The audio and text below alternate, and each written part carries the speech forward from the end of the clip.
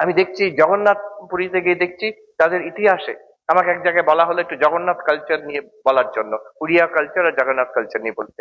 তখন আমি একটু গবেষণা করলাম, তাতে দেখছি কি প্রাচীনতম ইতিহাস, যে দারু ব্রহ্মের কথা বৈদিক যুগ থেকে চলে আসছে। আর এই মন্দির তো অন্তত 1000 প্লাস ইয়ার এই যে এখন মন্দির আছে, তাতে কারা আসেনি। হ্যাঁ, আমি জানতাম শঙ্করাচার্য তো তার সঙ্গে সম্পৃক্ত।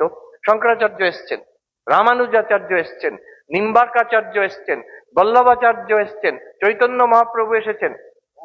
চৈতন্য মহাপ্রভু 24 বছর ছিলেন, শেষ অব্দি ছিলেন ওখানে। তার মানে দার্শনিক দিক থেকে দেখতে গেলে অদ্বৈত বেদান্ত, বিশিষ্টাদ্বৈত বেদান্ত, মধ্যাচার্য এসছেন, দ্বৈত দ্বৈত বেদান্ত, মধ্য সম্প্রদায়ের অন্যরাও এসছেন ওখানে, দ্বৈত বেদান্ত, শুদ্ধাদ্বৈত বেদান্ত, দ্বৈতাদ্বৈত বেদান্ত, অচিন্ত ভেদাভেদ, সব সম্প্রদায় ওই জগন্নাথ পুরী দিয়ে হয়ে গেছে। গুরু নানক এসেছেন, কবির দাস এসেছেন, রামানন্দ এসেছেন, তাদের সম্প্রদায়ের মন্দির, আশ্রম সেখানে স্থাপনা করেছেন। অনেকে এসেছেন, তাদের একটা অন্য মতলব ছিল যে আমাদের ট্র্যাডিশনে অদ্বৈত কি বিশিষ্ট অদ্বৈত পঞ্চরাত্র ট্র্যাডিশনে এই জগন্নাথ এটা হচ্ছে হিন্দুইজমের ঘাঁটি একটা, এটাকে আমাদের ট্র্যাডিশনে অ্যাবজর্ব করে নেবো। প্রত্যেকে এসেছেন, আর হয়েছে কি জগন্নাথ তাদের অ্যাবজর্ব করে নিয়েছে। জগন্নাথ যেমন কি তেমন বসে আছেন, আরো সমৃদ্ধ হয়ে উঠেছে, আরো উদ্ভাসিত হয়ে উঠেছে। জগন্নাথের মধ্যে অদ্বৈত, দ্বৈত, বিশিষ্টাদ্বৈত, দ্বৈতাদ্বৈত, অচিন্ত ভেদাভেদ, সব, all are the glories of Jagannath. অনন্ত রূপে তিনি ওখানে। শুধু তাই নয়, এখন দেখা যাচ্ছে যে উড়িষ্যার ওই জায়গা হচ্ছে একসময় খুব প্রাচীন বৌদ্ধ এবং জৈন সম্প্রদায়দের ওদের একটা প্রধান কেন্দ্র ছিল।